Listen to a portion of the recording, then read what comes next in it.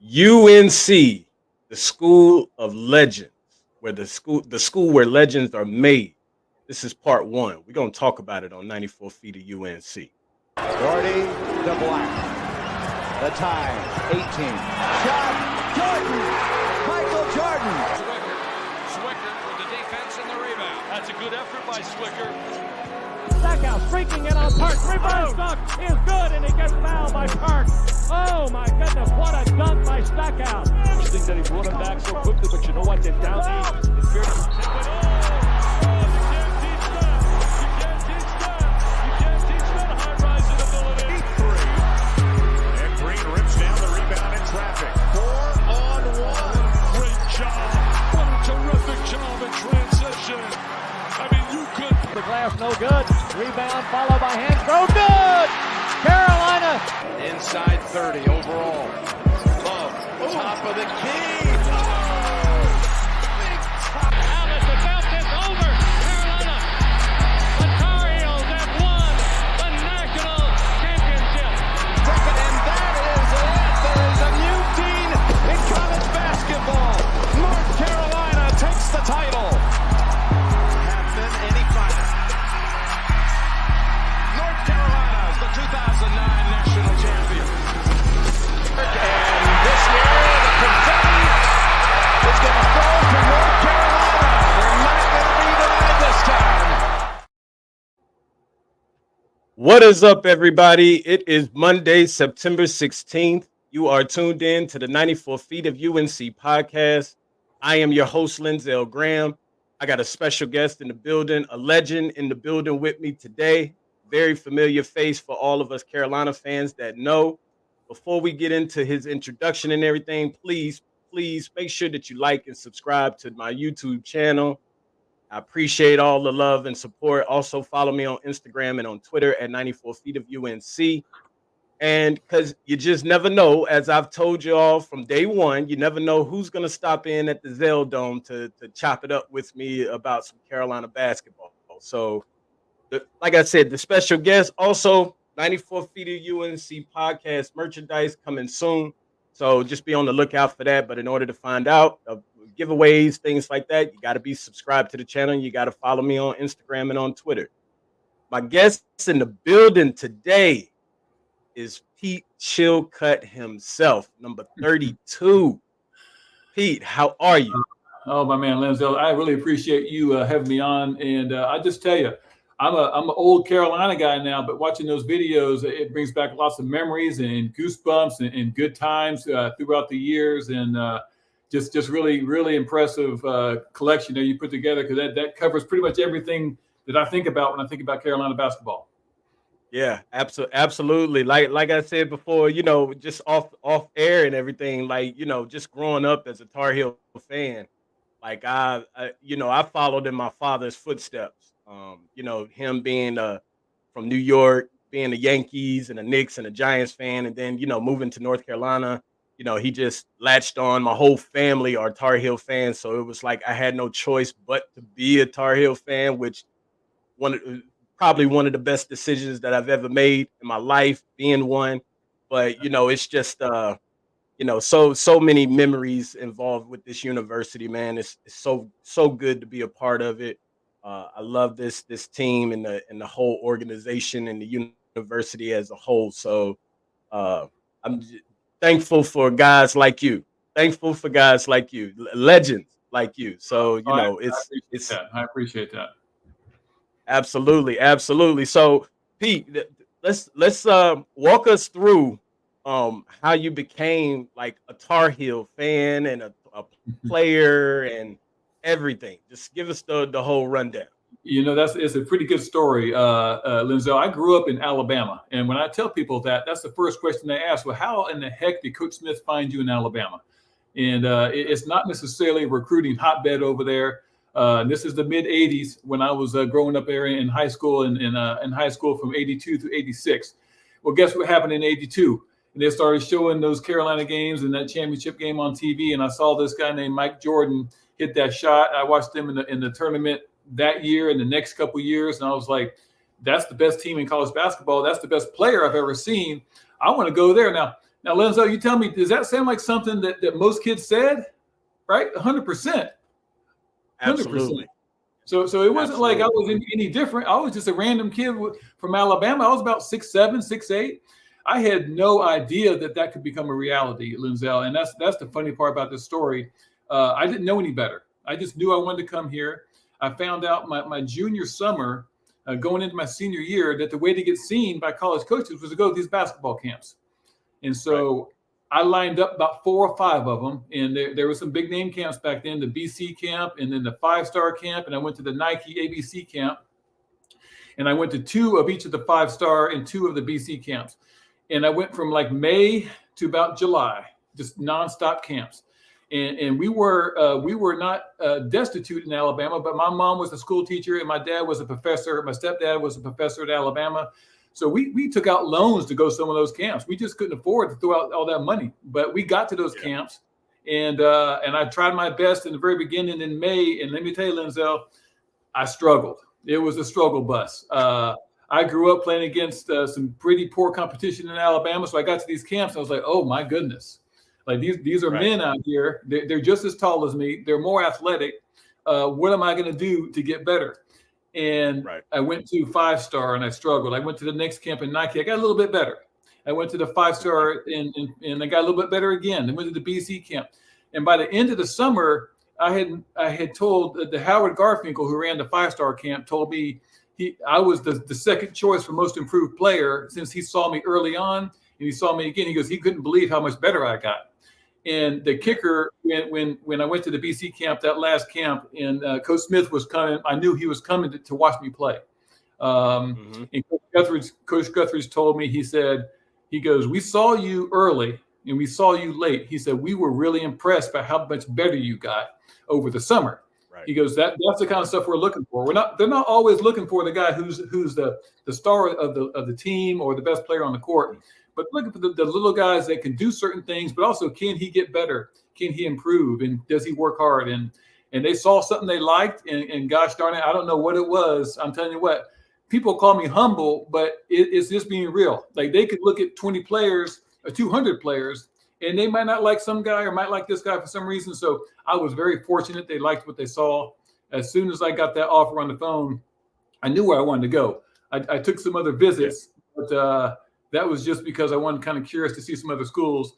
But once I had that offer from Carolina, it was signed and sealed. And it seems easy now that I look back at it, because I know so many kids have that same dream and they don't get that chance. And I was fortunate enough to get seen by the right people, to play well at the right time. And it was by far, Linzel, the best decision and the best experience I've ever had in my life.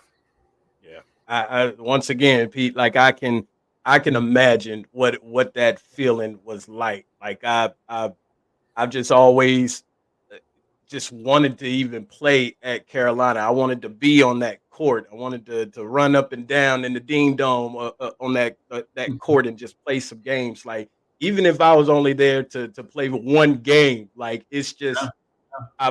Just let me sit on the bench with the rest of the players, cheer on, and be a good team sportsman, and and everything. Like it to me, it didn't even matter. Even if I didn't get the chance to play, I'd even sit on the bench. That's not a problem for me. That's how much that I just imagined and always just wanted to wear that jersey, man, because of the name on the front of it, of course. Exactly. So. I mean, that's incredible story. Coach Smith, to me, greatest coach of all time, regardless of, I don't base that off of his accolades or anything like that. Of course, his accolades are a plus, but for what he did for the game of basketball.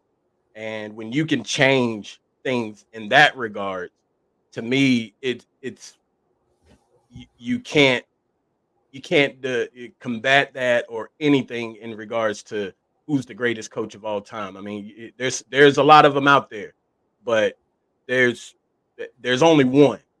And when like I say, when you're a trendsetter, which is the big thing, and especially back then being a trendsetter, that was huge.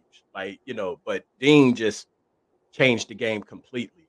and that's the reason why he will always be the greatest coach to me. So I salute you on that, man. I'm jealous you got the chance to put that jersey on. Like I'm really jealous. I wish I was there to be able to lob the ball to you or assist it to you, whatever the case may be. I just wish that I was there, but it's a beautiful thing. It's a beautiful thing. So let me ask you this: when you had all of these other schools in mind, and Carolina had reached out to you, did you like even when did they reach out to you before Carolina did, and you that's where you wanted to go, or like was it like, okay, I'm a check out all of these other schools, but I'm really waiting on that one that I really want, and if I get that one, then I'll still take these visits, but my mind is already made up before I even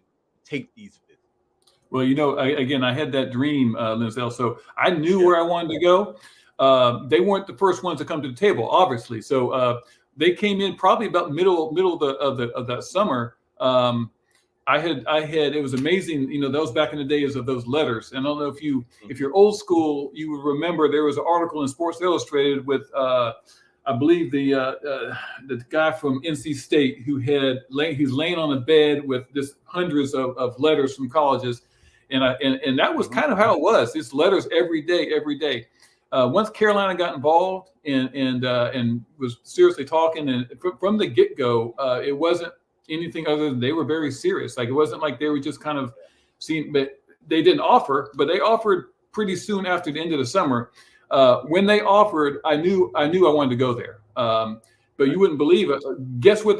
Carolina and Coach Smith recommended to go on other visits, right? They wanted me to see the other schools as well.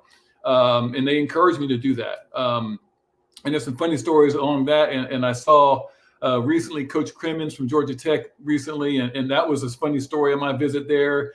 I visited Duke. I visited Alabama. I had Virginia on my list, but I did not go there.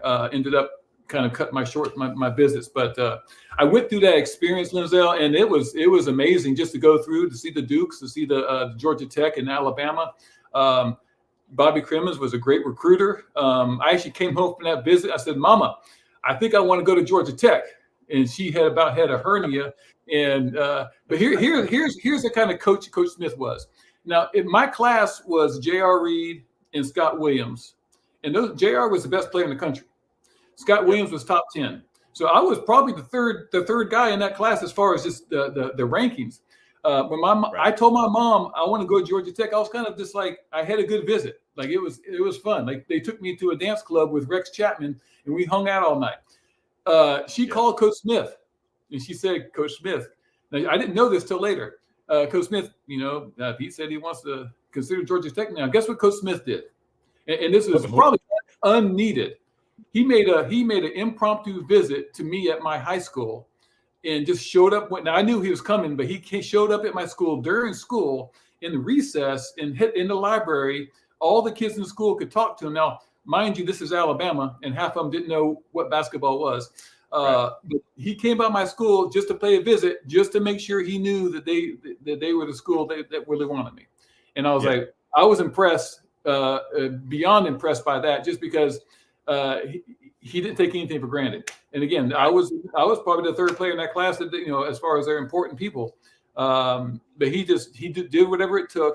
And I don't know if we're going to talk about Coach Smith later, but I tell you what, you talked about some of his coaching accolades, but that man was not only the best coach that I could have played for, but he's the best person I've ever been around. Yeah, and that's always been I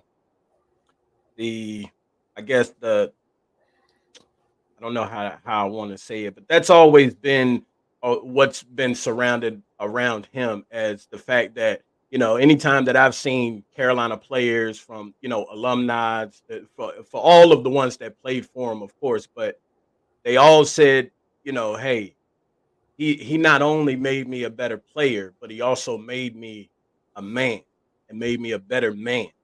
And that just speaks so much volume about him and his character and who he was as a man and as a coach. And that is just it's so remarkable for that.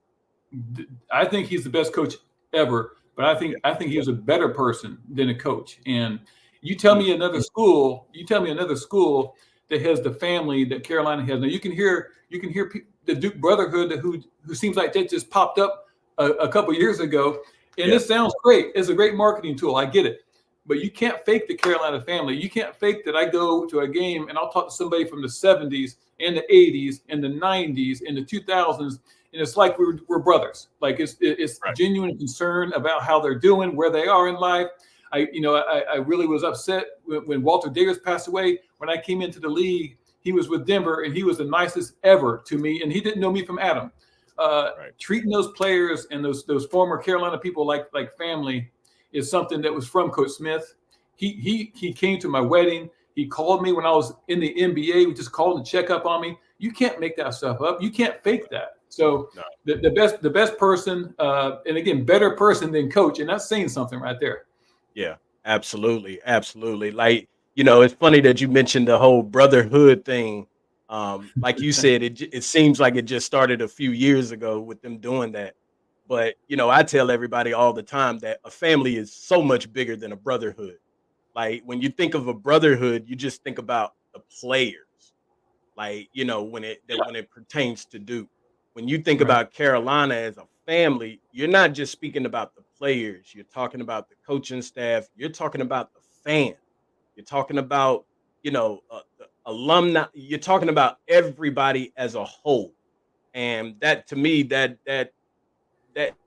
outweighs anything that the guys down the street have going on, I guess you could say. But hey, like you said, it's a good marketing strategy. Use it to its advantage, right? I mean, not mad at that at all. So, It is what it is or whatever. So, Pete, let me ask you this. As far as who would you say your top 5 players at Carolina was when you was playing? So at my time, or going during your time, and this is no slouch to any of the guys that do not make Pete's top 5. Well, I'm glad you put that out there. I'm glad that you put it in my little window, because if you're asking for like a generational thing, that's a tough question. I came to Carolina in that spring of 86, 87. I mean, the fall of 86, 87. And I tell people all the time, I redshirted that year. Coach Smith came to me and said, he goes, Pete, we got J.R. Reed, Scott Williams, Joe Wolf, Dave Popson. They're all ahead of you. I said, you don't have to. He said, you don't have to, but I recommend you might redshirt to get better and get stronger for next year. And that was the hardest thing I ever did, Linzel, but it's also very smart. And I really appreciated what he was doing. But I tell people all the time that team, that 87 team, was the best team. Now, I didn't play on that team, but it was the best team I was on. But that was Kenny Smith and Joe Wolf as seniors, and Dave Popson and Curtis Hunter. You had JR, you had Ranzino, you had Jeff Lebo. I mean, Scott, when we had everything you could want. We had a deep team, we had a big team. And I put on, let me think about, okay, those 2 players on that team would be on my list, would possibly be Joe Wolf and Kenny Smith. And I'm just going to throw out a bunch of names. I'll get it down to 5 in a second.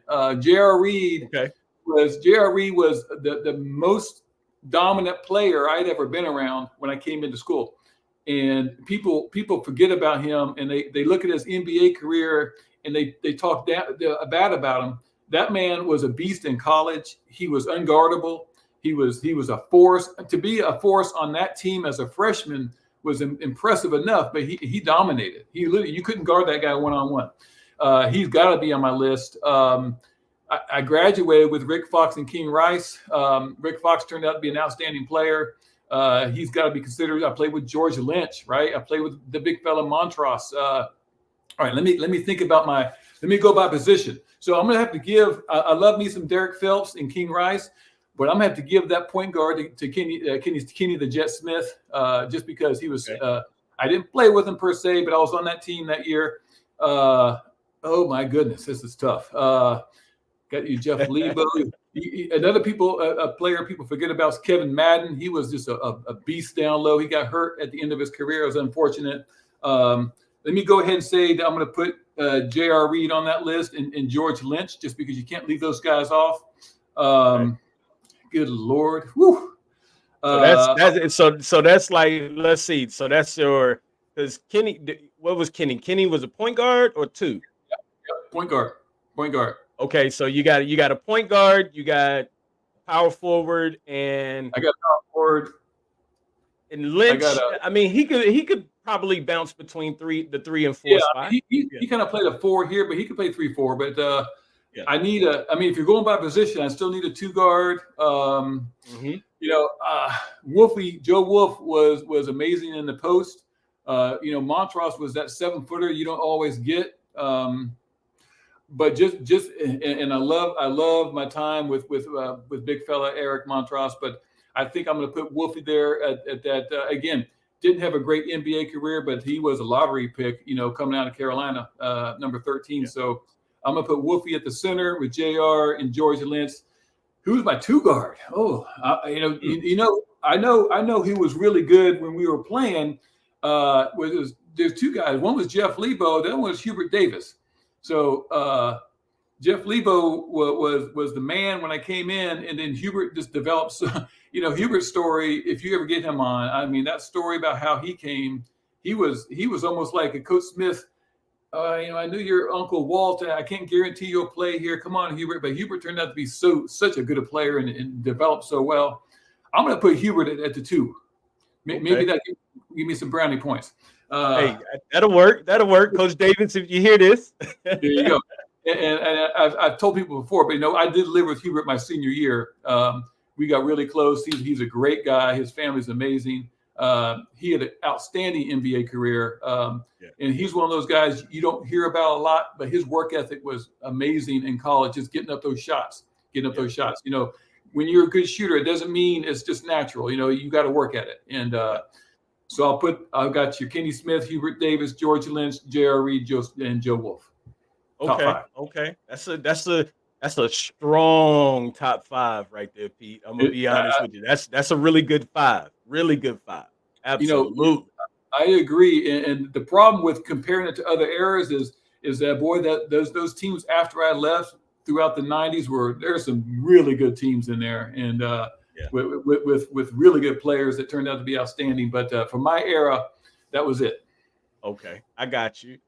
Yeah, that's a good 5. You got the Jet, you got Hubert, and Hubert has told so many stories, even just in like preseason press conferences and things like that. Like about how Coach Smith, at one point he finally just gave him the full green light. Like I think he talks about like the stoplight kind of analogy, I guess, where it's like you get the green light, you get the yellow light, you got the red light, and he's mentioned it a few times about Coach Smith just giving him the green light to just go. And I mean that it played out and showed on the court with Hubert. So that's a really good 5 right there, Pete. So how was it playing and with Eric Montross? Like, let everybody know a little bit about that. So first of all, Carolina back in those days, and it still kind of is a little bit. It's kind of get away from it. Was kind of to me a big man school. Like, you're a big man, that was a great place to go. You got coached hard. You developed. There was history of big men coming through there. But we didn't have that big man. Like, I don't know that I ever had played with a 7-footer before big fella came in, and here he was. He used to tell this story, which I thought was kind of funny, that he came to Carolina and his first shot I blocked, and I'm like, first of all, it must have been something where he didn't jump. Right. But because big fella was a low down low. And a force to begin with. And again, we tell people all the time, you can't coach height. Like, you got the height or you don't. And he was able to come in. And again, back in those days, it's a little different now. When you're coming in as a really highly recruited kid, you think you're going to play. You're pretty sure you are. You didn't always have that guarantee back in the day. You could come and you had to earn your playing time with Coach Smith. But Eric got into that rotation early on and was very, very consistent, right? Didn't shoot bad shots. He just knew what he could do, which is bang, rebound, score down low, and he did a great job of that. he was also one of those kids that just, you could tell he was getting his groove, but like I could tell his ceiling was going to be really high because he worked hard, didn't cause any problems, just kind of brought his work bucket, work pail to practice. Just a great person too. So one of those guys that over the years got to know. I left after his freshman year, but come back to Carolina, would play against him more in pickup, play against him in the NBA, hang out here and there. Just a great guy. And you hear all those stories, and it's still one of those things that you look back at last year, and it's just tragic that someone that was so good inside and did so much good for other people had to go through that experience. But there's a reason for everything. He left his mark on Carolina. He left his mark on other people in the country. So maybe that's just what it's supposed to be about. And you kind of pick up and move on. But boy, that was a great person to play with. Yeah. Eric, it was that was some really hard news that we all received. When we found out that he passed. There's certain, in my case, there's certain, I guess, deaths that stand out to me. That sometimes they not really affect the person, but they're that ones. It's kind of like 9/11, where you'll never forget where you was when 9/11 happened. It's like a staple in everybody's lives. Like, that's one thing that I think everybody knows where they were when that happened. And it's kind of like when you hear about, in like certain deaths and things like that, like, Eric, Kobe, these are they hit you differently because of the fact I never met him and never met Kobe or anything like that, but you could tell what type of person that they were.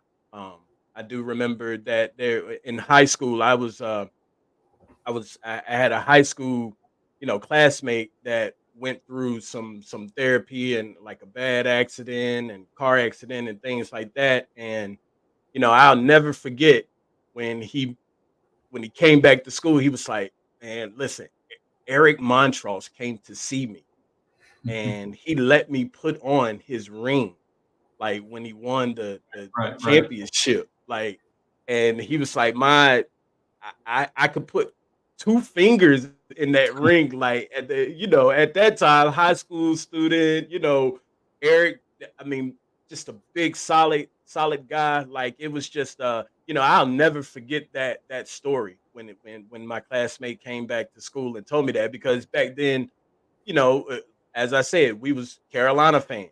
Yeah. We was growing up as kids, but we were still fans of Carolina. And when he told me that story that, Montross came to see him, I don't know how that happened, how he came to see him, but he came to see him, and it put a staple in his life as well. Sure. when that happened. So he was doing that. Yeah, he was doing that stuff all the time. And I'll just finish with Coach Smith and Eric are two people that they've made me want to be better. And that's, you can't ask for more than that. Like, they make me want to be a better person, like to try to reach some kind of level of just giving that they did and be there for other people. So that's if nothing else, that's really awesome. So I hope to be a better person, and part of that's because of those two guys. Well, and listen, being from the Carolina family, I mean, it just makes you a better person altogether, because of who we are as a university. Like, we're, I think fans from outside of the university don't understand what goes on inside the university with us as a family. Like, we base things off of morality, morals, values, dignity, integrity, and just becoming and being better people to help us along in life in the future. And that's on and off the court. But a lot of sports fans nowadays don't, and a lot of these kids, they don't I don't know if they really understand that, but if they took the time to really find out what Carolina is about, then I think that they would it would help them with a lot more things and decisions as far as whether they want to come and play for UNC or just whatever the case may be. So it's deeper than basketball here at UNC, but at what the deepness of us at UNC is what makes us UNC. And Exactly. that's what I try to tell people all the time. Like UNC wouldn't have all of these greats coming in and going to the pros and things like that if it wasn't for who we are within as a family. So man, that great memories, Yeah. just watching Eric and of course watching Coach Smith on the sidelines. And I remember that 93 championship, like, Chris Webber calling the timeout. Like, I remember that game. Now I was 93, I was probably 12, 13, but sitting there watching it with my father. And I mean, the way that he was excited, I think that's what really was like one of the big turning points for me in regards to being a Carolina fan. So Yes, sir. Yes, so sir. many memories and so many memories. But so let me ask you this, Pete. What would you say? Because I'm sure you have quite a few, but what would be your most memorable tongue twister moment at UNC? Well, I saw that I knew you were going to ask that question, so I started thinking about it, and I'm going to say that the first one is kind of unavoidable because it was my first game at Carolina. So after I redshirted, I came in the next year, and that team that was so great, they had lost to Syracuse in the Final Eight. That was with Ronnie Cycli, and they had a pretty good team. Derek Coleman was a freshman. So here, and they won the champion. I'm sorry, Indiana won the championship that year. So the next year they're playing Syracuse in the tip-off classic, but we have this big stud named J.R. Reed, who's going to obviously be starting with Scott Williams, and we had a big front line again. But they got in that trouble. If you didn't know about they got in like a bar fight in Raleigh, and Coach Smith suspended both of them for the first game, Steve Bucknall and J.R. Reed. So I found out. I can't remember when I found out, but I found out I was going to be starting that game. And that was against Syracuse, the team with all, Sherman Douglas, Ronnie Cycli, Derek Coleman, this elite team, elite players. And we were kind of having a rebuilding year because we lost Kenny Smith and Joe Wolf and all those great seniors. So that game was up in Springfield, Massachusetts. I started the game. I think I played darnell. It went to overtime. I think I played like 40 minutes. Ended up my stat line. The game itself it was just amazing to play. My stat line was 14 points and 13 rebounds. I matched Derek Coleman's stat line. But the thing about that game that was memorable was we were down 2 with about 10 seconds left. We threw the ball in, and Coach Smith called a play for Jeff Lebo and someone else, but that was all covered up. So Lebo threw the ball to me around the elbow, and I did a turnaround jump shot to hit the back of the rim, Linzel, and bounced up about 5 feet and then straight through. And it sent the game to overtime, and then we won in overtime. And we were down like 11 at halftime. So that was my first game as a Carolina player. Where do you go from there, right? Right. That was a good start. And the funny thing is, I struggled that year again. If people watched me as a freshman, they would be like, like these days, they'd be like, get that kid in the transfer portal, get him out of here. I struggled. Like back in those days, you got better and you developed, and that's what I did over 4 years. And so by the time I got to be a senior, I was more consistent. I was a solid player. And then that Final Four, that my other memory would probably be just the fact we made it to the Final Four that year as seniors. We didn't obviously do as well as we wanted, and that's not a specific memory, but that was just a really good team. We had that Montross, Derek Phelps, Brian Reese, Pat Sullivan as a freshman class coming in.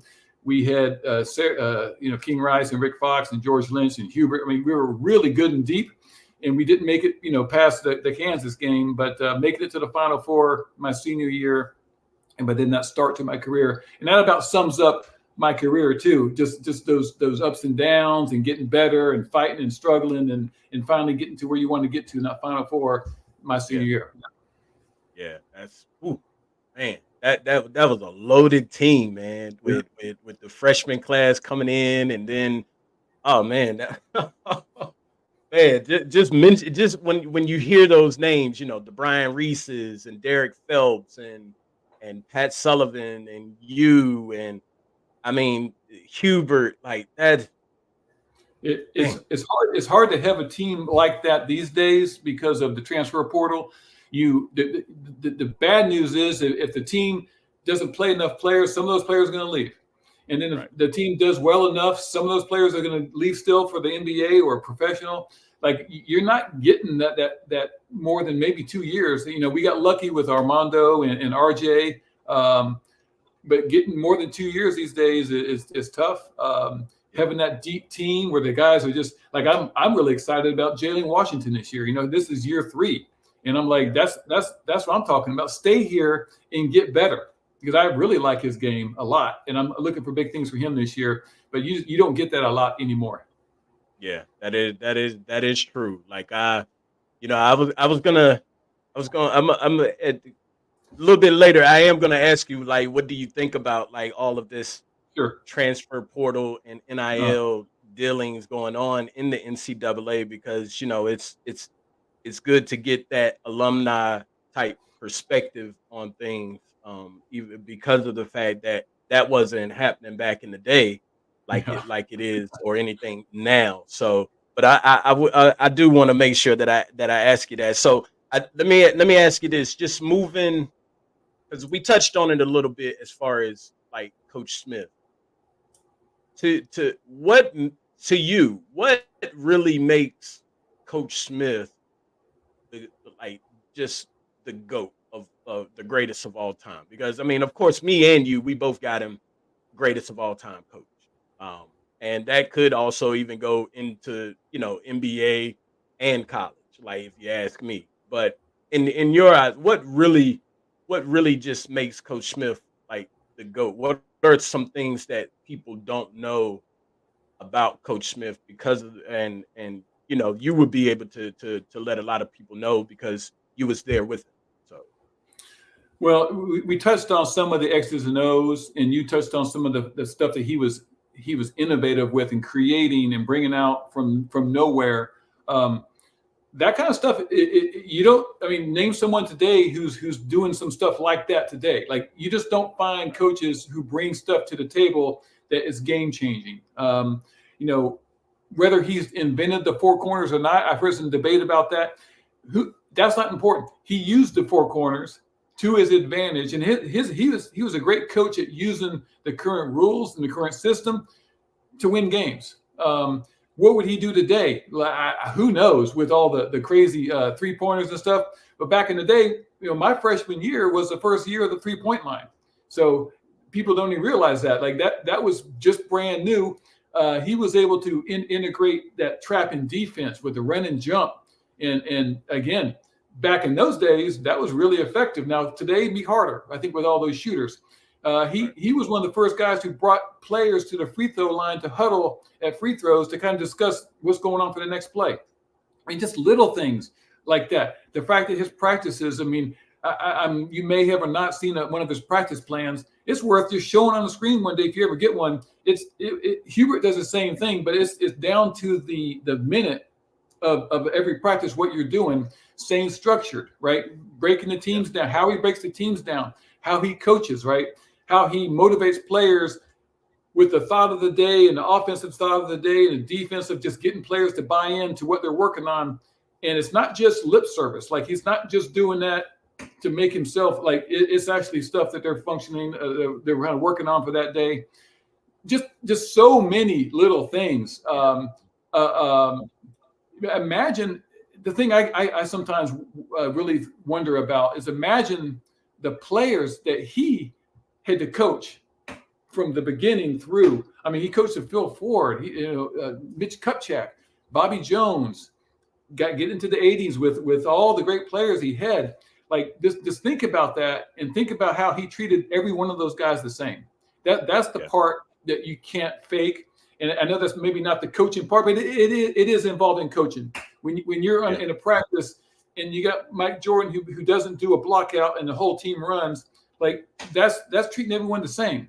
And that's part of coaching, and have everyone feel like they're valuable, down to the walk-ons, right? He would treat the walk-ons with respect. If you ever got caught doing anything disrespectful to a walk-on, Lord help you, you'd be running still. So he was that kind of coach. He was doing the stuff with the bringing in the first black player in the ACC with Charlie Scott. I mean, stuff that back in his day was a big deal. Like you can talk about it now and say that's important, but like to actually do that back in the 60s or whenever it was, I think maybe early 70s, late 60s, that's stuff that you can't fake. He brought in the different kinds of offenses. The offense that we ran up until just recently was the same thing for 20, 30 years. Like, again, how's that possible? Like, it's just the reason is because he knew it's just a structure to get into what you wanted to get into with the athletes on the floor, just to start a play. But just so many things there, Lindsay, as far as what makes him the GOAT. And you can't pinpoint any one thing because there's a lot of coaches who did something good, something great. Right. But the fact, I remember him being in some of these games, like the Syracuse game, when we were down 2 with 10 seconds left. What do you think he'd be doing in the huddle? He'd get us in there and he'd be smiling. I remember the Oklahoma game when we won that in 1992 with Rick Fox hit that bank shot. He'd be smiling and like licking his lips. He goes, "This is what we're playing for, fellas. Let's do this. Let's do this." Yeah. It's not. Oh my gosh, you guys screwed up on that play. Now get the ball to him and get out of the way. Like it's like he took the time in the Oklahoma game to say, "Rick, get the ball from Hubert. You might have this option. You might have this option. If not, take it yourself." I mean, just very calm. And people underestimate how competitive he was. He was very competitive, hated to lose, but the fact that he just carried himself with such grace and composure made us all feel kind of calm. So, I'm sorry I didn't give you a certain thing, but like all those things added up. They really add up. And you can have other coaches who did things better here and there, but like when you have that whole package, there's none better. There's none better. Yeah. Yeah. I one thing that you just said, because there was a couple of other things that I think that he had also done as well. I think didn't he like help create the shot clock as well, if I'm not mistaken? I know, and I think and I know that I do know he invented the whole point to the passer. Yeah. So those. The shot clock, it helped that when you did the 4 corners, those games were hard to watch. And so, they had to change that rule just because, like, if you're going to hold the ball, that helped that process. And point to the passer, he had a rule about no cussing in practice. If you and again, back then, when we ran in practice, I'll tell somebody the other day, I said I would lose 10 pounds of water weight in a practice. We ran so much. It was hard work. And so when I say we'd run like 6 sprints back and forth. And the funny thing was, no one really cussed, but Hubert was, very low key, not a cusser. He would never cuss, but he said fart. That was his thing. When he got pissed, he got like, "Oh, fart." And Coach Smith stopped him one time. He said, "For you, that's a cuss word. Get on the line." And the message there was, it's not really the cuss words he was against. Like, and I was a 18-year-old. That's what I thought. He just didn't like people cussing. It was the fact that you were losing your composure. That was the point, not the word itself. And it took me a while to realize that. And I was like, we laughed at Hubert all the time. You said fart, but Hubert lost his composure. So that was the message he was trying to send. You got to keep your calm at all times on the court and keep it going. And again, just another little thing he did that made you a better player. Yeah, and that's is one thing that I didn't know is, like, when you said that, in the huddle he would smile and lick his lips and things like that. Like, this is what we play for. Today, still to this day, it just goes to show that Carolina don't panic. Like, even to this day, even when the team is down, and things like that. Like we don't panic. And it starts with the coaching staff, which with Hubert being a part of the Dean Smith era, and of course I know Roy brought that in as well. Of course, just being an assistant to Dean. So it just goes to show how, like you said, for 20, 30 plus years, it is still pretty much the same standard now. And I've even listened to last season where like Armando and RJ and them in post conferences and things like that, they would just say that Hubert would get into the locker room and be like, "Guys, what the fart are y'all doing?" Like and things like that. So they're like, "Yeah, coach don't allow us to be the cuss and and things like that." So it's like all of that stuff, like you said, the little things mean so much, and it just goes to show now of how much those little things have paid off now to this day. And these are just remarkable stories about Coach Smith. I actually got I had Coach Rob on a couple of weeks ago. Another really good guy, and I got his book, and I've started reading it, but I'm destined to finish it because there's stories in there of like so many different things, so many stories with Coach Smith and Coach Williams, and a lot of the different players, and I'm learning a lot more than what I knew just being on one side of the, I guess, of the stage, looking from outside into the Carolina family. But now being a part inside of the Carolina family, I'm learning so much more than I knew, 10 years, 20 years ago, whatever the case may be. And it's just they're incredible. It's incredible stories. And I mean, you can't ask for a better family than UNC. I'm gonna just be honest with you. So I wanted to touch on one more thing, if you don't mind, on the Carolina yeah, family. sure. I think I understood, and I think it's 100% unique that the coaching staff from Carolina is all Carolina people. And I think that's worth noting, and I think that's an awesome thing. I hear people sometimes talking about how, they should bring in this guy. He's a proven. Like, if it's worth developing a coach versus getting a coach who's already established, I'd rather keep that Carolina guy and develop him. I think to have all those guys to be Carolina guys, it only makes sense that Carolina, with all the family, has that. It makes perfect sense, and I love it, and I love the fact that they keep on doing it. Not to say they won't do it at some point and change it, but you can't go wrong by having some of the family members on your staff, or have them all on the staff. And I think that's really impressive, and I love that they do that. Well, I think that if you bring somebody from the outside in, then it changes everything. Like, Carolina is Carolina because of like keeping things in house as far as coaches, assistant coaches, you name it. Now, granted, I would say like Coach Robinson, when he Steve Robinson, when he he coached Florida State, but him coming to be one of Roy's assistants, of course it played out well for him. And I think now he's at Arizona, which, I'm sure probably Coach Robinson was a big key factor in getting Caleb Love to Arizona. Sure. So, but it just, keeping things within the family is what makes Carolina. Like, I think if you start going outside of that, it's going to change a lot of things, and especially if things don't go well.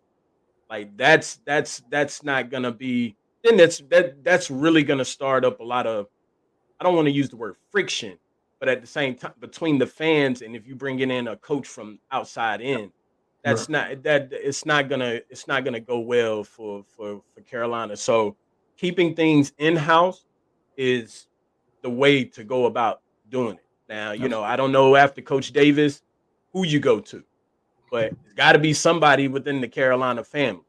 Well, you got Stackhouse out there. You got people, and I'm not saying that it won't happen again. Like, I think Coach Holiday and Coach Robinson, when he came in with Coach Williams, those were great people, great coaches. So there's nothing against bringing people in if it happens. But I'm just saying right now, I love what is going on right now. I love all those coaches and how they're tied to Carolina. Yeah, absolutely. Absolutely. So, so Pete, so I mentioned it to you earlier. I wanted to get your thoughts on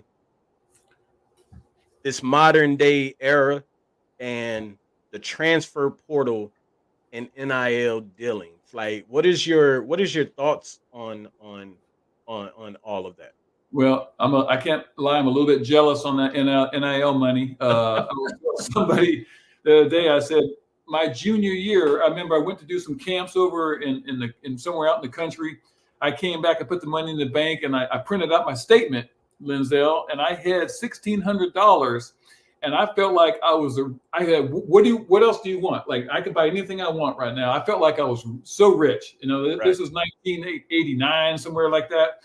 So some of that money they're throwing around now, like I sure wish I had a piece of it, but I'm not sure if it meant what's going on today. I hate the transfer portal from the very standpoint of it's you don't play, you transfer.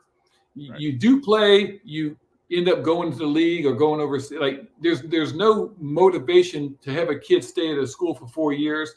And to me, that's tough on college basketball. It's tough on the fan base. It's tough to have that consistency. I love the way Carolina's doing it, and I'm not sure if they're doing it on purpose, but by missing out on some of these one and dones, they're getting some players that stay a little longer. And it's probably not what people want as far as the fan base. They want a guy to come in and dominate and then leave if it means they get a championship. But I don't like it the way it's set up now. I think there's got to be some changes. I don't mind letting kids transfer, maybe up to 2 times, but it just seems like it's so easy now. Lindsay, I may have transferred my freshman year. I was miserable, right? It's just part of it, but it's part of growing up. It's part of getting better. It's part of coming into college basketball where these players are really, really good. And these players are now learning that when it gets tough, you leave. And I don't think that's a good thing. The money part, I don't have a problem with, Lindsay, but I think there got to be some way to kind of, it just seems kind of like the old West out there. Some guys are getting some astronomical amount of money, and they're not supposed to be really getting it to go to schools. They're supposed to be getting it for deals, and it just sounds like it's like there's not enough rules going on with that. I wouldn't mind some kickback, but I'm not sure that's coming. But I do like the fact that players can get money, so I'm not against that at all. Because when you come to college, you usually come in a situation where you don't have that excess money. I couldn't even afford some of the, some stuff you think is basic. I was waiting for $15. We got $15 every time we played a home game for post game meal money. I'd make that last 3 or 4 days. So, anyways, I'm not against the money part, but I think needs to be more regulations with that. And I don't like what it's doing with the transfer portal for the whole game of basketball. Yeah. Yeah. I'm kind of still on the fence with it. I so many things, of course, that I agree with you with. I kind of like the transfer portal to a certain extent. I'm like you that, you get these players to come in, they don't end up getting any playing time. So now here they go. They're out the door and going to a whole nother school.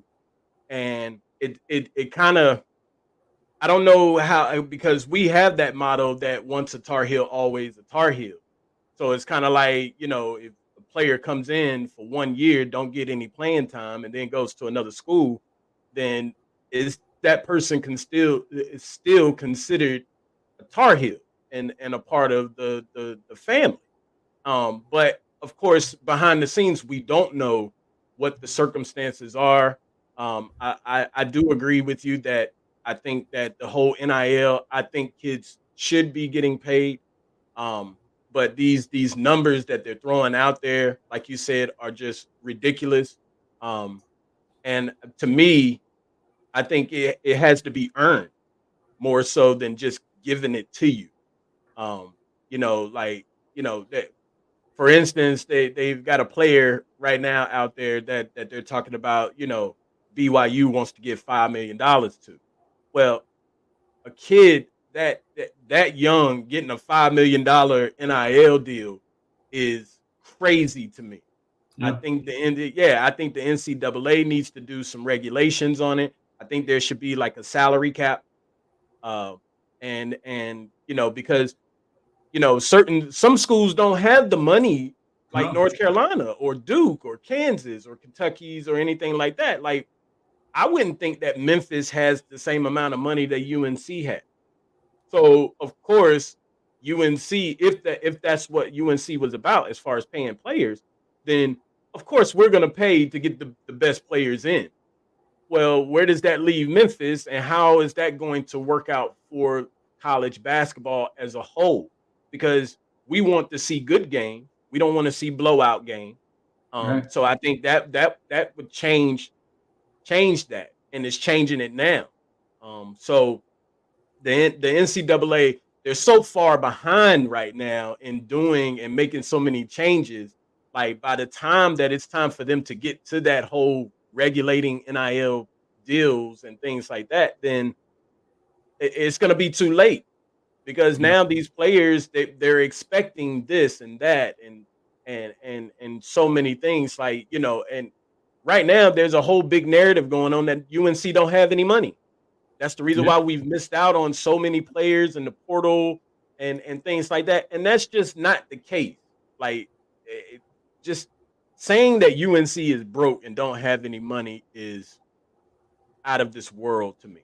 I don't understand it. I don't know why people push those narratives because that can actually affect the player that may want to come to Carolina. And if they hear something like that, like, oh, UNC ain't got no money. Oh, well, they can't pay me. Well, I want to go there, but I also want to make a little bit of money too. But that's where if you come, then it has to be earned. Yeah. Like, you get a certain amount, and then your deals come as you progress, and that should make you want to be more successful and progress in your game so that now when it's time for next season, oh, you got two more that deals coming in or whatever to add on to what your cap was basically. So right. I do think that the NIL thing should be regulated. The NCAA's got to make some changes on that as soon as possible, because it's getting out of hand now because these players want to just go to schools just to make money when 9 times out of 10 they probably really don't want to go to that school, but because of the money, that's where they're going. So they're going for the wrong reason instead of playing the game that they actually love. Right. So transfer portals, that's a whole nother thing. I don't know how to regulate that. Maybe you can only transfer one time, but then how does that work out if the player doesn't develop and grow and now they're stuck on that team? Like, they come in as a sophomore, they got 2-3 more years, but then they don't develop or grow. Now that's a scholarship that, maybe the university could use towards another player, but because that player is now on the team, they're stuck there because of that one transfer. You can only transfer to one school or whatever, could be in effect. So that's hard to try and figure out how to go about doing that, but I'm with you on all of that. And I saw some numbers that like half the kids who enter the portal, they don't find a place to go. And where is that in the newspaper? Because kids need to understand that when you don't get to another school, you can't go back to the old one. A lot of times, you're going home. You're out. Right. And they don't talk about that. They don't talk about the stories where the kids don't find a place and what are they doing now. But they need to put that out there so we can kind of get both sides of the story. It's not all. I mean, we hear about the success stories all the time, but we don't hear about those kids who don't find a place. Think about it. If 2,000 kids enter the portal, 1,000 don't find a place. That's not good. That's not good. Yeah, then they end up going to like D2 or D3 schools or something like that, or really bottom tier type schools and things like that. And that's not going to help them, at all. I mean, possibly, but that just depends on the player and on the kid themselves, like, you know, as far as developing and growing, of course, and making their game better. So, you know, I don't know. It's tough. We gotta start up a committee, Pete. Let's start up a committee and try and figure something out, man, and walk into the NCAA offices and figure some things out, man. Can I get some NIL money for doing that? I'm in. All right. Hey, we can work on it. Let's try and work on that. So let me ask you this last question, Pete. Your expectations for the team this year. How do you feel about the team and how they did in the portal, and, you know, your X's and O's and things like that? How do you feel about it? Well, first of all, you know, I'm a big fan of Coach Davis. As I said, I live with him. I played with Lebo. I played with Sullivan. They got a good staff, and they got kids, players who care about the kids. And these coaches are out there doing all they can for this team. So I hear a lot of times about, and I don't get on social media a lot, but, oh, we struck out on this guy, or this guy's going here.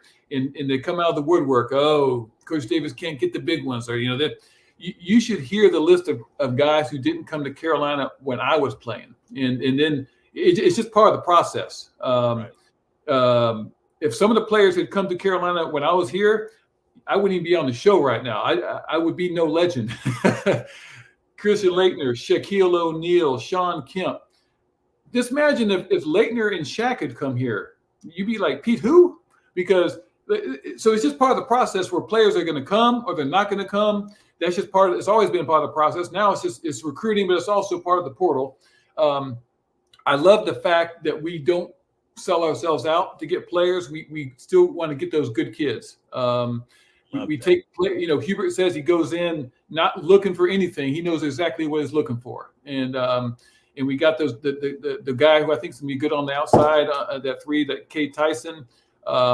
We got the kid lately. I'm going to say his name is Tyshawn. Tyshawn Claude. Yep.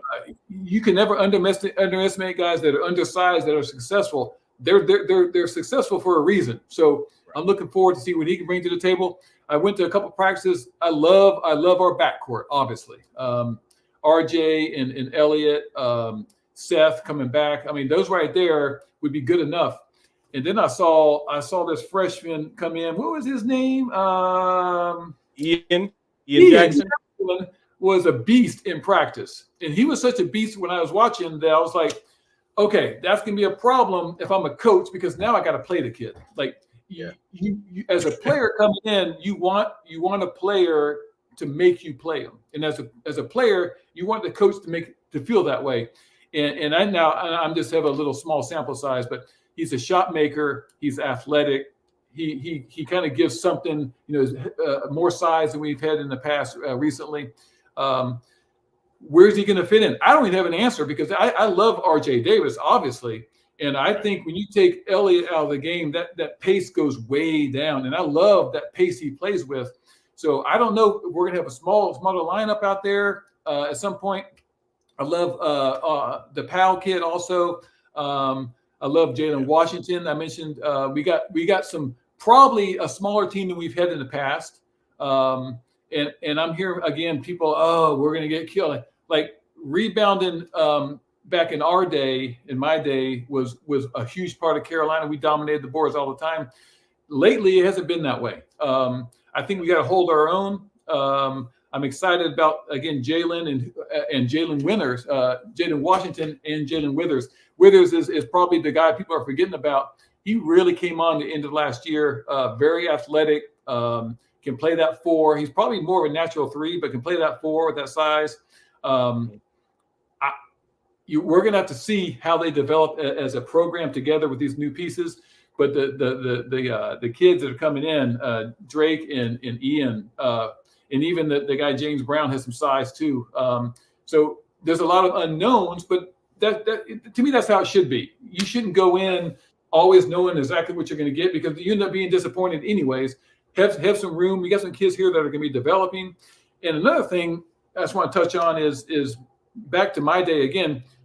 Chilcutt as a freshman, as a sophomore, as a junior, and as a senior, I was a different player every one of those years, and I got better over those years. So to talk about some of our returning players, like, he's not going to do this. Like, give a kid a chance to develop and get better. That's what they naturally do anyways. Jalen Washington, to me, is just waiting to burst on the scene. Withers is going to be better, right? All these guys are going to be better than they were last year. Like, even RJ is going to have some new stuff in his bag. So it's almost like they get lumped into how they played 1 year, and that's how they are forever. When they stay at a college, that's a good thing because they develop. So I'm looking forward to seeing some of that. And again, just seeing some of those combinations on the court. I think that back court is going to be outstanding. And we'll see how the Cade Tyson guy can shoot. Hopefully he can come in, provide some of that shooting. And then I think the front court is a little bit of a question mark, but I'm still comfortable who we have. But, to see him in action for the first time with big minutes, that's going to be the first time for those guys. So we're looking forward to seeing that too. Yeah, absolutely. I think I tell people I was actually it's crazy because I was on a Duke podcast last week, and I mean those guys. I mean they're good guys, but of course we're rivals, and they mentioned that if Drake Powell and Ian can really figure out how to play together, then Carolina will be even more dangerous than what people think. I think we're already more dangerous than what people think because of, to me, the best backcourt in the nation. And in the front court, we're not big in height, but there's a lot of size, with Tyjon being 6'8", 230, Jay Wash being 6'10", 6'11, 235, 240, Jay Withers, probably the most athletic on the team, who I think is the X factor player. And, I would love to see Hubert just put him and have him focus on defense more than offense. I think if we can get him on the defensive end and have teams scared to drive and things like that, where, you don't know where he's at, to where he may just come out of nowhere, swap the ball away. Because of his height and being the most athletic on the team, that takes Carolina's level to another level. Sure. Because of the fact of him, being able to do that. We know what Tyson, as far as him being a great shooter. Then Allen Lubin is. Yeah, got about him. Yeah. Yeah. When you think about it, he's just about the same size as Ingram. Same height, same size, really tough. So we have a lot of size to where, we can move some people around in the paint. But if we can get Withers on that more defensive, like Leaky Black type lockdown defender, to where, all right, Jay, I need you to just go in, swap everything away. I don't care if you've out on the 3-point line and a player is driving from the baseline trying to drive to the basket, go in, swap that thing away. Like, that's what I want Jay Withers for. And of course, transition, run. And I think we got the perfect team to be able to do that. So looking forward to this season. Yeah. And just to touch on, Ingram was kind of like our unicorn last year. He was unexpected, but he did so many things that just all over the court. Like we kind of knew he could do this, but then he did some rebounding, outstanding, and defense, and making those threes in clutch time. So we don't necessarily have a unicorn right now, but one may come out. Again, you don't know. Like, don't act like the book's been written yet. We're still learning how this team's going to be. I'm excited about the whole idea of just getting. And it's a great schedule this year. It's a tough game, so looking forward to that. Yeah. So one last question: over or under? North Carolina will win 27 games this season. What we got in the ACC, like 22 teams now. we got a lot of teams. 27. Back in the day, how many was it, Pete? When you was in there, was it 9? With the original 8, and then they added Florida State. I want to say it was 4. I want to say it was 14, maybe when I was done, maybe 12. Because we had got rid of Maryland had left at some point, but we brought in I don't know. I'm going to say that's and Notre Dame. Yeah. I'm going to say that 27. I'm going to say I'm going to say under, but I'm going to say like 25 to 27, somewhere in there. Like, I think we're going to take some lumps early. We're playing at Kansas. We're playing potentially in Hawaii against UConn. We got some tough. We do that these days. These preseason schedules are way tougher than they used to be, and I'm not opposed to losing some of those games. Like, I don't think we need to go through and smoke everybody to have a good team. Part of that process is losing some of those games and figuring out what you need to do better. So. 25 is my number. 25 is right in there. I got you. I'm gonna take the over. All right. Take the over. I'm being optimistic, I guess you could say. I'm gonna take the over on that. I think, like you said, the preseason games, and they are some juggernaut games. They really are. But I think we get through a few of them actually, and I do think we're gonna take some bruises in maybe one or two of them, but the ACC is, I don't know if it's that strong. You probably got about 5 teams, 5 maybe 6 or so that are right there on that level that you can really. I mean, you can get beat on any given night, but you got about that 6. That's going to be some real competitive ones for this season. So.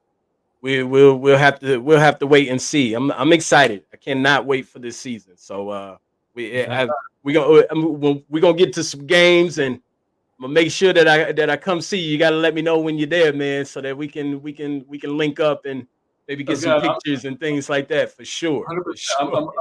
I'm there for every home game pretty much. So I don't know where I'm sitting usually, but I'll be there somewhere. Got you. So. Well, Pete, listen, I appreciate you stopping by. It's been an honor. Like I said, this is part 1 of the where the legends are made. UNC, got some other legends coming up soon as far as some special guests. So you started off the parts. I guess you could say you part 1. So yes, I totally appreciate you. It's an honor. And anytime that you want to stop through. Open invitation, my guy. Open invitation for you to always come and stop by at the 94 Feet of UNC podcast and chop it up a bit if you want absolutely. To. So I appreciate absolutely, that. Yeah. So tell everybody where they can find you, or if you got anything that you want to plug out there.